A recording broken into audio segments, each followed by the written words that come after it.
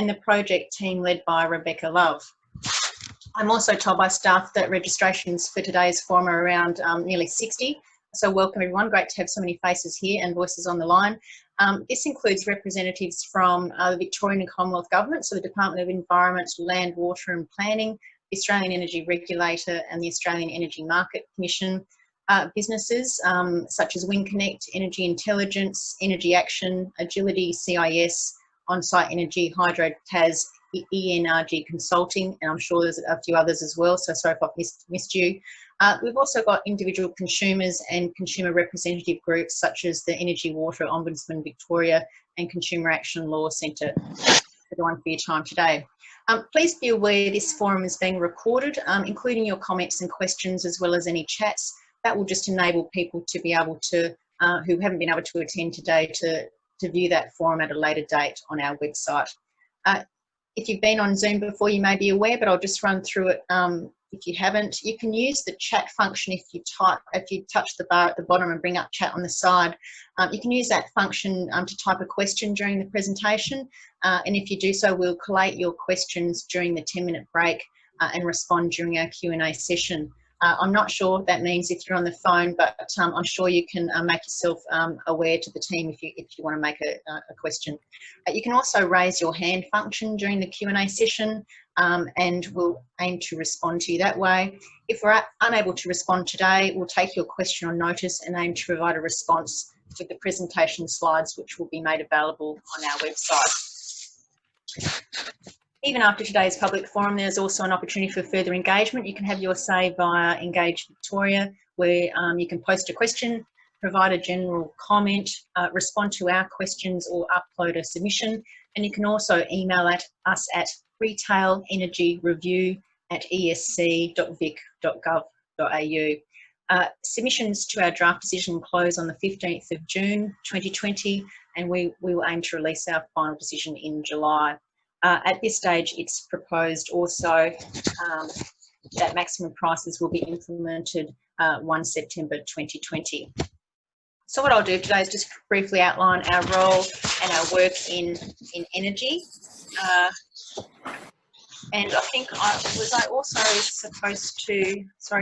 supposed to remind people that they were also being put on mute so that we can try and restrict any feedback as well, because I just heard a bit of that then. Was I supposed to do that, team? Hopefully that's what I was supposed to do. All good. And I think that's being managed by one of our co-hosts. All good.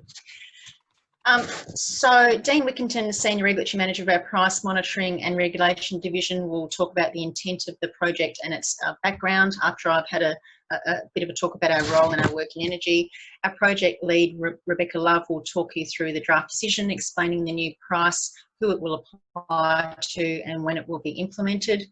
And just after, I think, 1:30, we'll break briefly. I'll provide you an opportunity for questions to be posted via chat or otherwise. We'll then run our Q&A session and finish up today's forum at around 10 o'clock. So as Victoria's independent economic regulator, our objective is to promote the long-term interests of Victorian consumers. We regulate electricity and gas, water, sewage and transport, and we also administer the local government rate capping and the Victorian Energy Upgrade Scheme. The maximum prices in exempt sellers and other embedded networks forms part of the Commission's broader work in strengthening protections for energy customers, including those in embedded networks. And this includes our work on the Energy Retail Code review in 2018, which included obligations for exempt sellers, strengthening the protections for life support customers in 2019, and our recent Electricity Distribution Code review. Today's online public forum allows you to engage with the Commission and provides a valuable opportunity for Commission staff and myself, representing our Commissioners, to hear directly from you, to listen to your feedback and understand more fully any views. We've been particularly mindful of our obligations to stakeholders as engagement practices and circumstances change in order to support the wider effort to contain coronavirus. So this virtual forum, which is probably new to many of us to engage this way, is one way in which we're trying to facilitate your engagement during this time. So thank you for making the effort to log on and be part of this discussion today. I'd like to now hand over to Dean Wickington, who will provide a broad background to the project, as well as a high-level overview of our decision.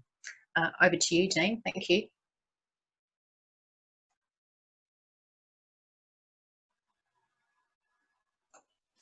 Thanks, Kate.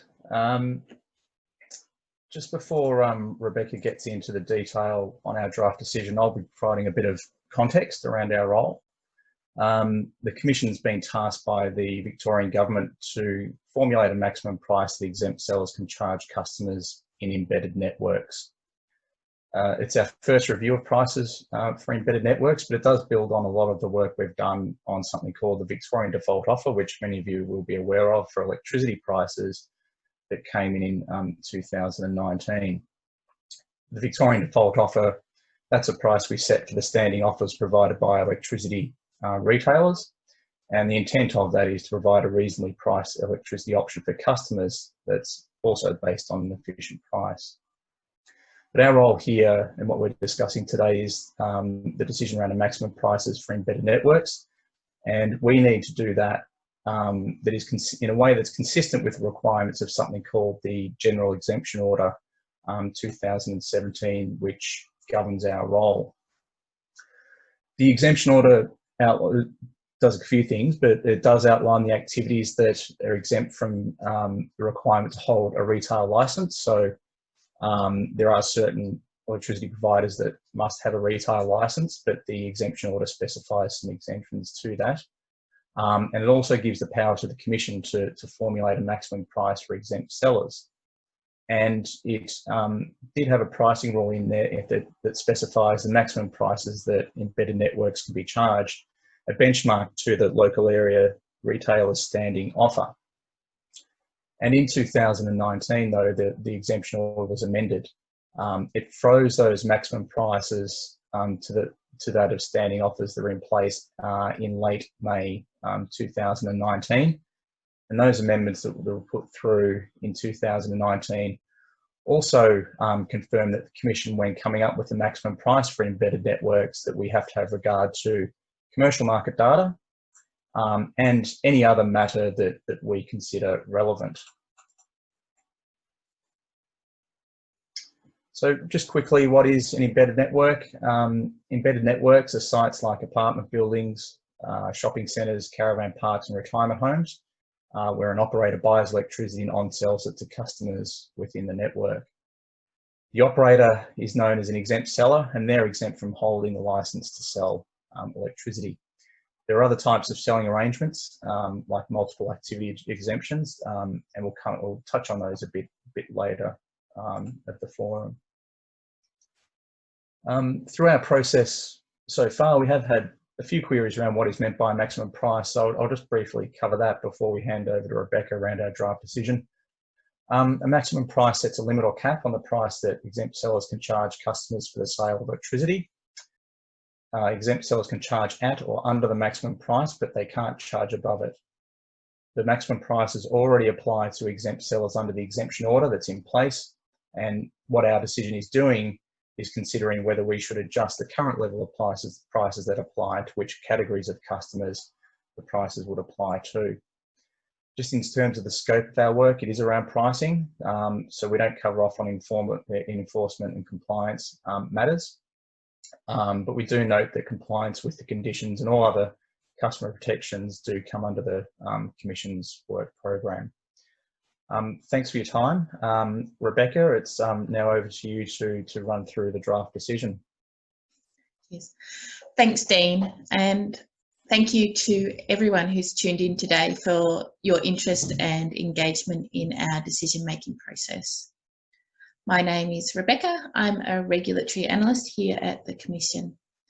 I'm really pleased to have the opportunity to talk to you today about our draft decision. And I'd also note we're interested in hearing from you and being able to take that feedback into making our final decision on maximum prices for embedded networks. So today I'm going to go through the key elements of our draft decision. This will cover the types of embedded networks, the maximum price will apply to, tariffs and tariff structures, and also implementation considerations. It should take us around 20 minutes. Then we'll take a short break to collect questions. We made a draft decision on the 4th of May. Our draft decision lowered the maximum prices that customers in embedded networks can be charged. These new maximum prices should apply from 1 September this year, and this is instead of the 1 July proposed in our consultation paper. In moving to this timeframe, we considered that making a final decision to have new prices in place by July wouldn't provide a reasonable timeframe for stakeholders to give feedback, particularly given the community impacts of coronavirus. A later implementation date might also assist exempt sellers that are smaller businesses, such as many caravan parks, transition to the new pricing arrangements. So we released our consultation paper in February this year. To that we received 34 submissions, which we considered when making our draft decision. Consultation on the draft decision closes on the 15th of June. Then we will make a final decision before implementing new maximum prices as of 1 September. So why have we set the price at the VDO? The VDO reflects our assessment of reasonable costs for the sale of electricity. It assessed the wholesale electricity and environmental costs. It also considered network, retailer and other costs. The VDO prices are adjusted each year for changes in these costs. We think this meets the requirements of commercial market data, as these are the key costs that directly relate to the sale of electricity. The VDO as a maximum price also meets our policy objectives. Right? In many circumstances, the customer of an exempt seller has little to no choice in who provides them electricity. And for customers in this situation where there's essentially no competitive pressure on prices, at a minimum, they should be able to access similar price protections to that of other customers. So what does this mean for you? What does this mean for residential customers? Well, our draft decision means that many customers in embedded networks could save hundreds of dollars a year. Residential and small business customers should not be paying more than the VDO price relevant to their distribution zone. And based on estimates of the impact of the current VDO compared to the frozen standing offer prices, savings could reach around $180 to $370 per year, depending again on distribution zone and usage. For small business customers, you're looking at between $900 to $2,200 per year. The exact impact here will vary. It depends on the distribution zone and the nature of your existing contractual arrangements. That means how much are you currently being charged. We'll also note that exempt sellers may charge their customer prices that are below this maximum that we set. So under the exemption order, there's different categories of exempt sellers, and we considered these differences when we were reaching our draft decision. We have applied the VDO to residential and small business customers that consume less than or up to 40 megawatt hours per year. And this is consistent with protections that are available to on-market customers and covers most customers in embedded networks. In not applying VDO prices to customers over that 40 megawatt hours, I'd note that the underlying costs there are likely to be different, particularly network costs, and comparable customers in the competitive market wouldn't have access to the VDO.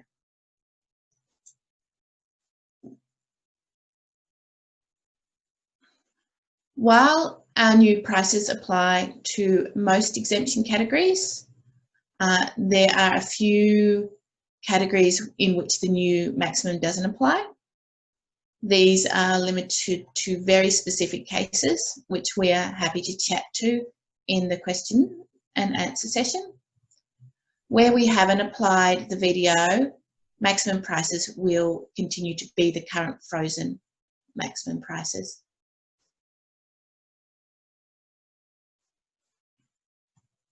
So if you look at the map here, you can see there's 5 distribution zones in Victoria. Like the VDO, we will set different maximum prices depending on which distribution zone and embedded network is located within. So this is because network tariffs are different in each distribution zone, and network tariffs make up a significant portion of a customer's bill.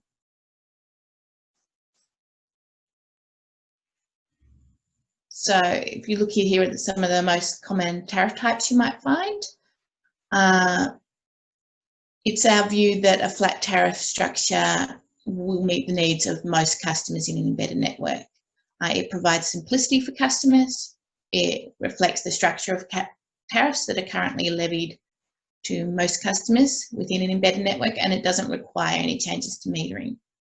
However, there are cases where exempt sellers charge tariffs that aren't flat, and in these circumstances, our draft decision proposed a compliant maximum annual bill mechanism. This is similar to what applies with the VDO. So the compliant maximum annual bill, or the maximum annual bill, it doesn't mean this is what you will be charged. It's a way of determining whether what you are being charged is compliant.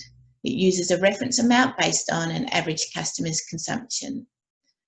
And your bill could be higher or lower depending on how much electricity you use. Exempt sellers will be required to provide information to their customers on how their prices comply on at least an annual basis and when requested. To be clear, this doesn't allow exempt sellers to just move customers onto a non-flat tariff to meet their needs. They need explicit informed consent and also clear metering data that enables these tariff types. And I'd note these requirements are outlined in the Retail Code, Obligations for Exempt Sellers. So thanks for that. This brings my discussion of the draft decision to a conclusion. We're going to take a short break till probably about 1:35, about 10 minutes to collect questions that have been raised in the chat room. If we have time, would also welcome people raising their hands and asking additional questions. Note we're still taking submissions via Engage Victoria. Those submissions close on the 15th of June, and I'd encourage you to submit. See you back here at 1:35. Team, are we just about ready to start the Q&A process? How are we going, Dean and Bobby? I think you might be on mute, Dean. Sorry, rookie error. Yep, Jordan's going to step in and host the Q&A, I think, very shortly. Yes, yeah, we're ready to go. It's been a good stream of questions, so we're keeping us on our toes. So I think at this stage, we'll try to go sequentially through questions as quickly as we can, and then depending how we go there, we can get extra questions, perhaps just directly through our conversation here.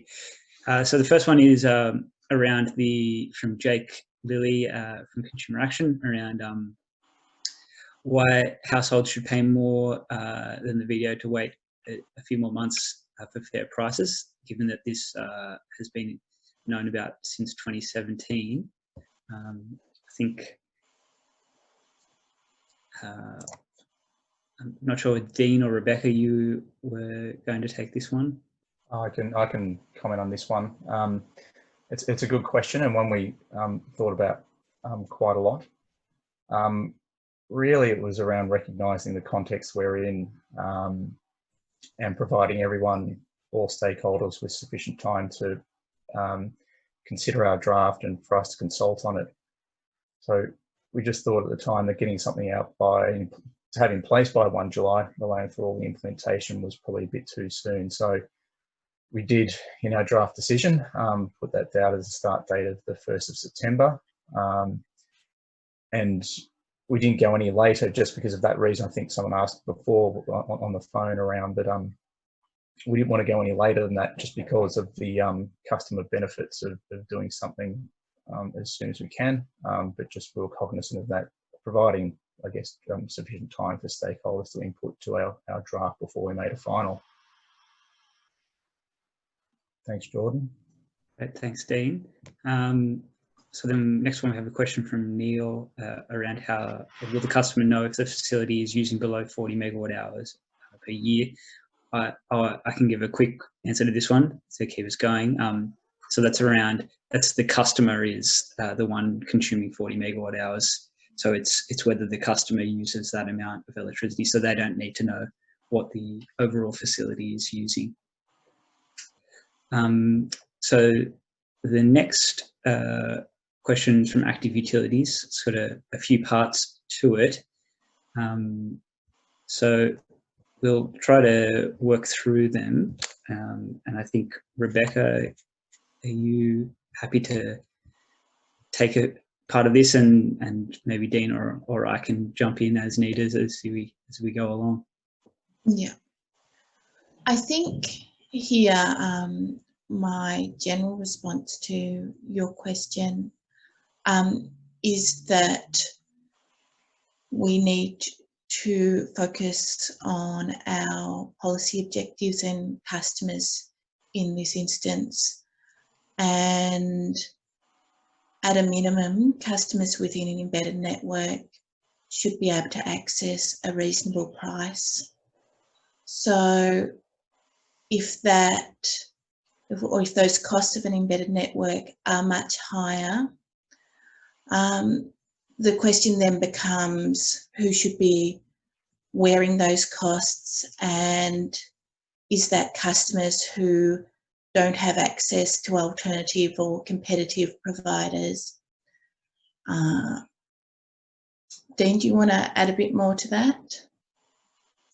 Only that I think you kind of touched on it there, Rebecca, is what we're trying to do is benchmark a price that has regard to efficient costs for selling the electricity retail service. And in doing that, and like with the VDO and our pricing decisions, we look at, I guess, benchmarks industry-wide. We don't look at the cost of particular providers. So it is that higher level, general industry-wide benchmarking approach. So we understand that costs of individual providers will vary for different services. That's it. Anything, Jordan? I think just in terms of, yeah, similarly as on the particular costs that were raised, obviously that's one set of costs, and we've received information from different sources, and so our decision is based on a variety of sources.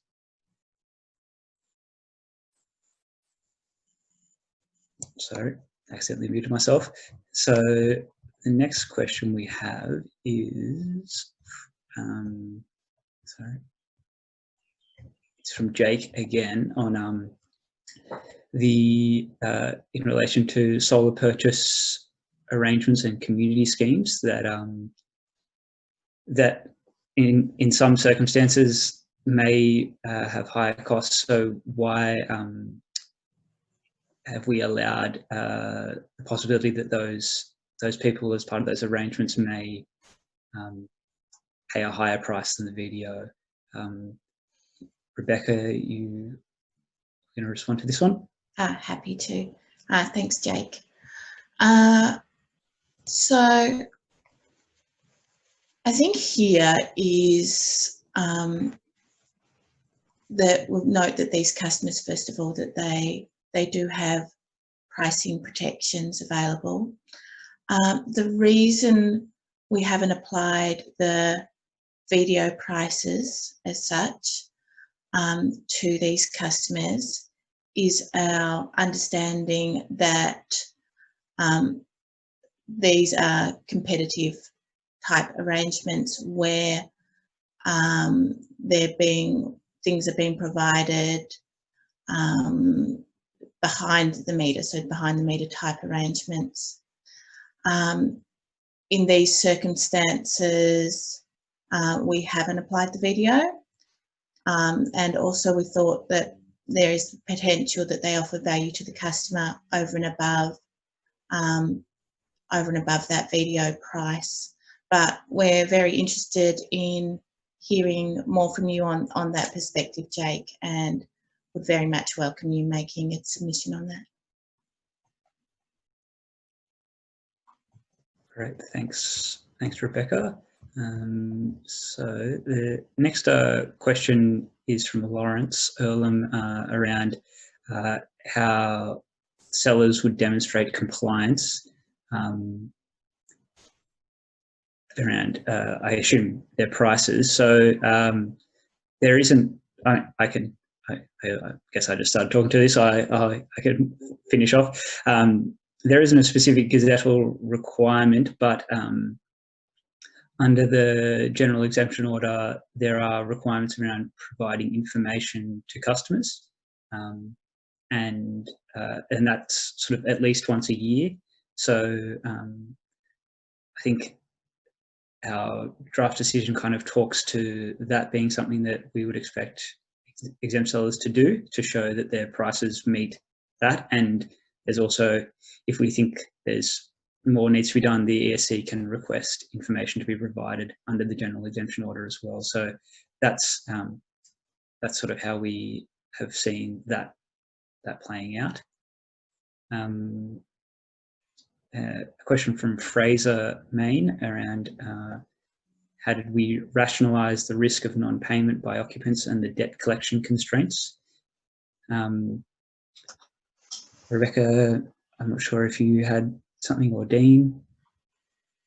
I think these risks are inherent in any pricing decision, and I suppose that becomes more something that we are aware of, given the community impacts of the coronavirus and this current circumstances. I'll note that the VDO will be considering prices again coming up really shortly, and people will be making submissions on those sorts of things. You might want to add more to that, Jordan. Sorry. Those sorts of risks. Yes, yeah. So I think that's right. We obviously made this decision at a point in time, and we're acutely aware of the changes that are going on. So we will be seeking information and feedback from stakeholders about that as we go along. So Barry Thompson has asked, by what process will retirement village residents be informed of the impact of the proposed changes? I think that goes back to the information. So when there's price changes, exempt sellers are required to provide that information. So I guess the only thing to say there is it's not always the case that prices will be above the maximum. So I think Marty, I saw a comment down the bottom, has raised the case that prices may be below the VDO, already below the maximum, so they may not require changes. So in that case, there may not be sort of information about the changes because the exempt seller already has prices below the maximum that we are proposing to set. So in general, where there is an impact, that should be communicated. But if they're already below the maximum, there may not be sort of that information provided. So Ari has asked about sort of installation of meters to take over an embedded network provider due to the cost and the hardship. This is anti-competitive. He has said, are there any proposed changes to enforce freedom of choice as it is currently in place for properties without embedded electricity providers? I'm not sure that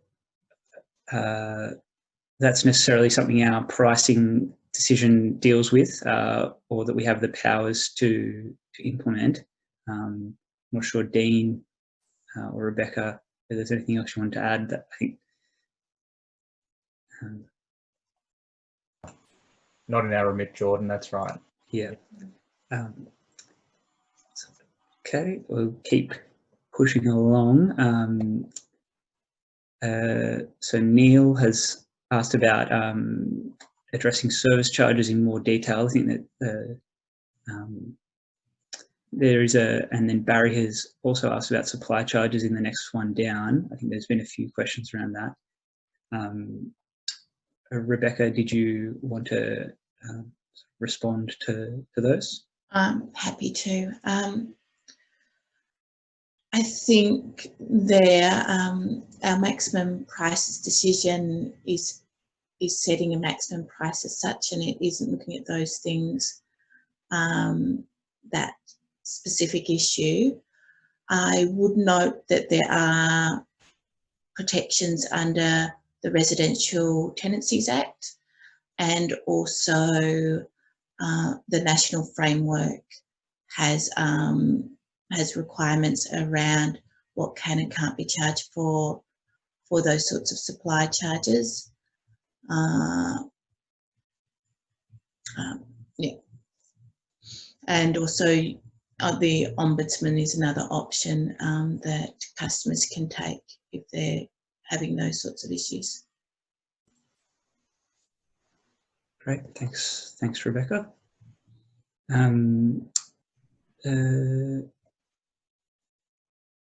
So Fraser has asked around reviewing the rates if network charges increase in the interim period. I think this perhaps links to Wayne's question as well. I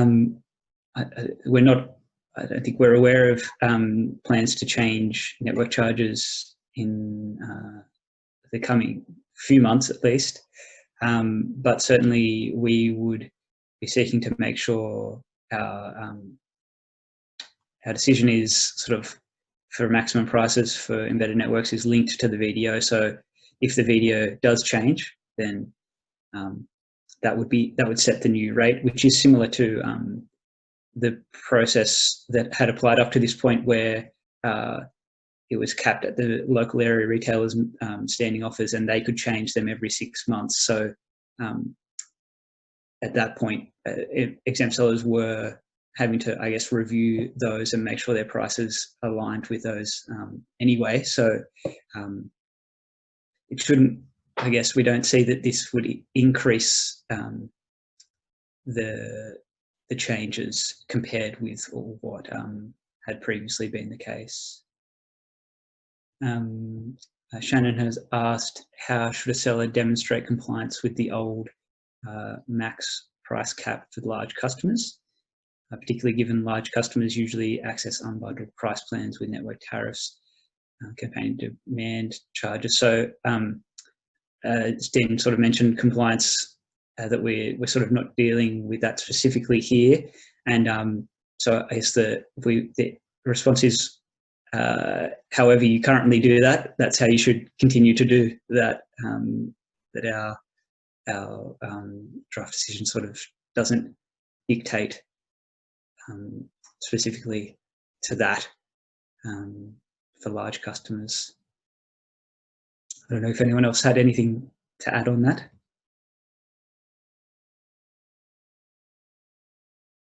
Okay. I just note, yeah, our decision, Jordan's right, our decision focuses on to customers up to that 40 megawatt hours per annum, and large customers consume a lot more than that.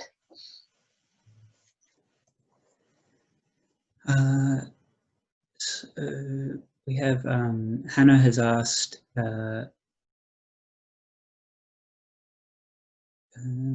around if the supply charge or the flat rate exceeds the video flat rates, but the annual cost based on the reference annual usage is below the compliant maximum. Is this still compliant? Dean or Rebecca? My view on that would be, if someone's charging a flat rate tariff, I don't see why they should be charging more than the variable rate or the fixed rate.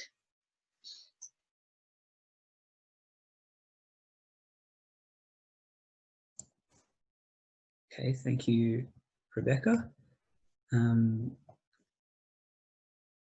Damien has asked, oh, sorry, that's this sort of is, so the possible change from in September of prices, and then if a new video comes in January, 2 price changes in quick succession, is that too much for consumers to bear in a small amount of time? Dean or Rebecca, do you have any thoughts on that? Is this the consumer perspective? I think it's worth clarifying, Jordan, that that's the intent behind the draft decision, that the maximum price for embedded networks would be benchmarked to the video and it would move with it over time. And I think it came to sort of came up earlier that I think we'd like to review the maximum price that embedded networks are currently charged and adjust that as soon as we can, having regard to an appropriate consultation period. So yes, I think the overarching intent is to align with the video, and that would mean under our draft decision there's a price at 1 September and potentially, depending on where we head with the video, a new one on the 1st of January. Great, thanks, Dean. So a follow-up question from Active Utilities around the benchmarks that we have referred to, as opposed to retail industry benchmarks. So I think this perhaps goes to what sort of I mentioned and also Dean sort of mentioned. I think we can certainly work in our draft decision to clarify that a bit more, but I think just at a higher level, we had have seen, I guess, received feedback around network costs, I guess being a bit lower for in embedded networks, given the certain arrangements. And so, you know, Active Utilities, you've kind of referred to some other costs being different, but we sort of looked at it as overall from an industry perspective. That's sort of how we made our decisions, rather than sort of looking at specific embedded networks. I mean, there is opportunity for further discussion as part of this consultation period, and we can, if there's something we can follow up with and have further discussion, then we can certainly do that. So I think we talked about, I mentioned Marty's comment before, and just to say that, we have tried to clarify in the draft decision that it's only if you're currently being charged at the maximum level that those are the savings you would receive, but certainly we can make sure that is clearer in our final decision. And can I just add to that, yep. Jordan, something I think we absolutely want to make sure the message is clear that it's not every customer that will achieve those savings. So I think we were fairly clear that we picked that off, what those frozen standing price levels were. But yes, we'll take that on board, Marty, and very pleasing to hear that there are some prices that are already being charged at lower rates than that. So that's very pleasing. Thank you.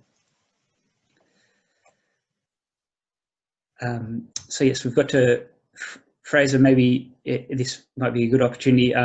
So I think you had mentioned bad debts and non-payment, and Jake has asked, queried about the evidence. Maybe if you are happy to jump on exactly what you mean, clarifying exactly what you mean about gaming the system. And Am I able to talk? Is that? Yeah. Go for it.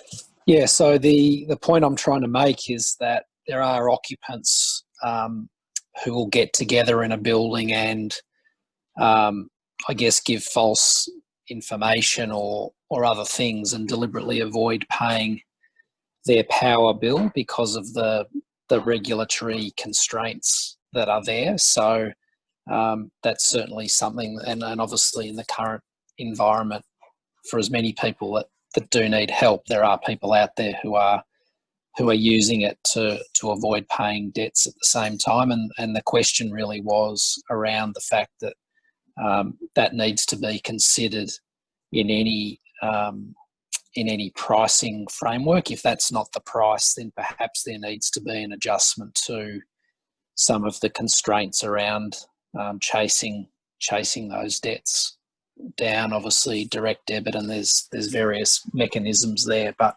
I think that's an important point to make within what you've issued to date.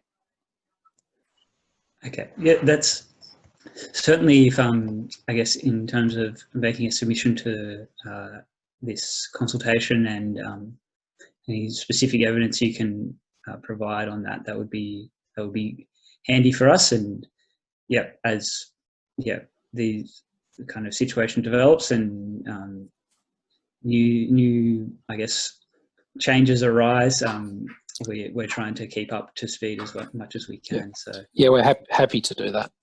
Thank you. Musan has asked a question around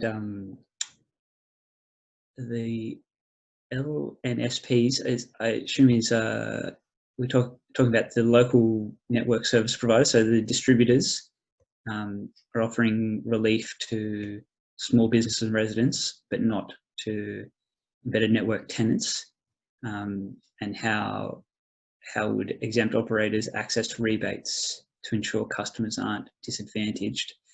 I'm not sure. I'm not across the detail of those arrangements. I'm not sure if anyone else online.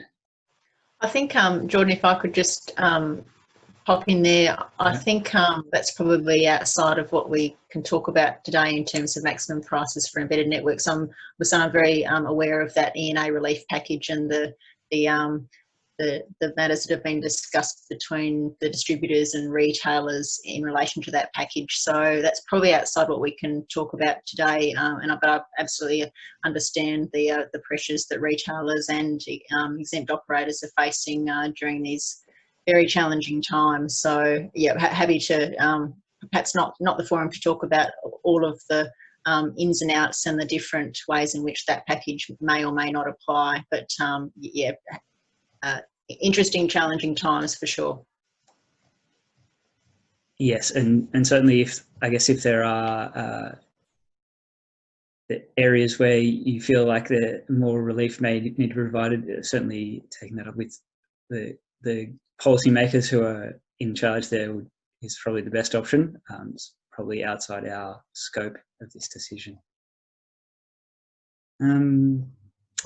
So that, I think, gets us to the end of our list in the chat. I'm not sure whether people on the line have other questions they may want to ask. I'm not sure. We have the raise hand function, so perhaps if people would like to ask a question, using that would be good.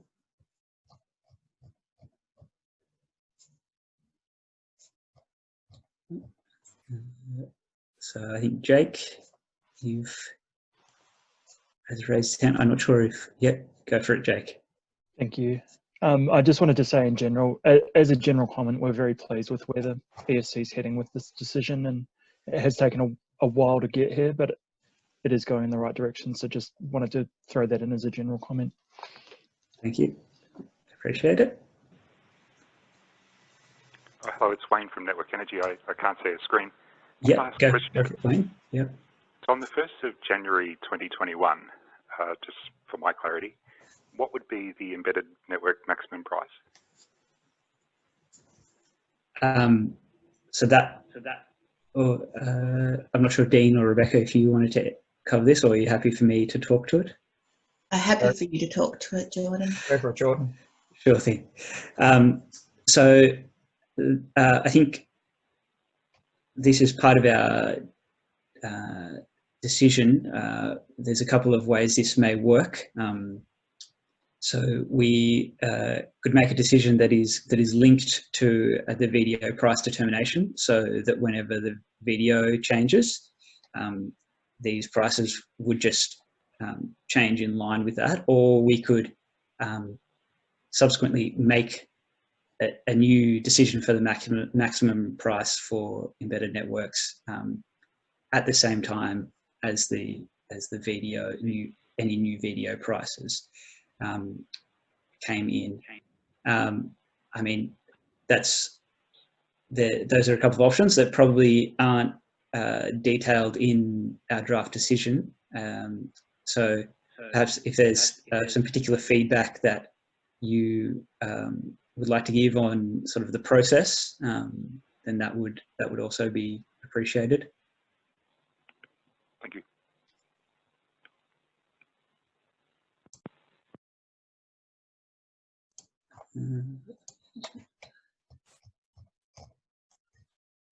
All right, Jordan, I think unless there are any other questions from people who are on the phone who don't have a screen in front of them and wanted to yell out, hopefully you've had the opportunity to do that if you wanted to ask a question.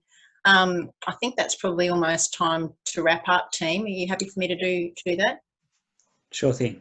Sounds good. Well, can I thank everyone for your questions? I think it's been really useful to hear your views and the types of issues that have been causing you to ask questions. From that, I took, the many questions about timing for implementation, when it would be changing again, information requirements for customers, risks of non-payment by customers and what that means under the maximum price, usage profiles and what the benchmarks were that used by the ESC, individual cost profiles of individual embedded networks and what that means for individual entities, and a number of other things about the messaging of the maximum price and what that means for current customers out there and entities who might be charging well under what that frozen standing offer level is too. So can I thank everyone for your questions? That's been really interesting and useful for me to hear the sorts of issues that are front of mind for you. I will remind you, if you have any other questions, if you want to tease some of those questions out more, as I said before, you can still have your say on Engage Victoria. I think that's a mechanism where you can actually just post a question rather than write a very long submission. So it's a really good mechanism to sort of put these sorts of questions through and get the team thinking about it so that we can flesh out what that looks like. You can also email the team at retailenergyreview@esc.vic.gov.au and submissions close on the 15th of June. So there's a little bit more time to continue this conversation. But in terms of today, on behalf of the Commission staff and my fellow Commissioners, thank you for making the time to join with us today in this virtual world during a very challenging time. Can I extend my appreciation for your participation and engagement on this draft decision, which I've found extremely valuable as we move towards our final decision. I've just covered off how else you can engage with us, so please do so. The team will respond. And that really brings us to the end of today's session. So on that note, thank you all for your time. Stay well, take care, and talk to you soon. Thanks very much.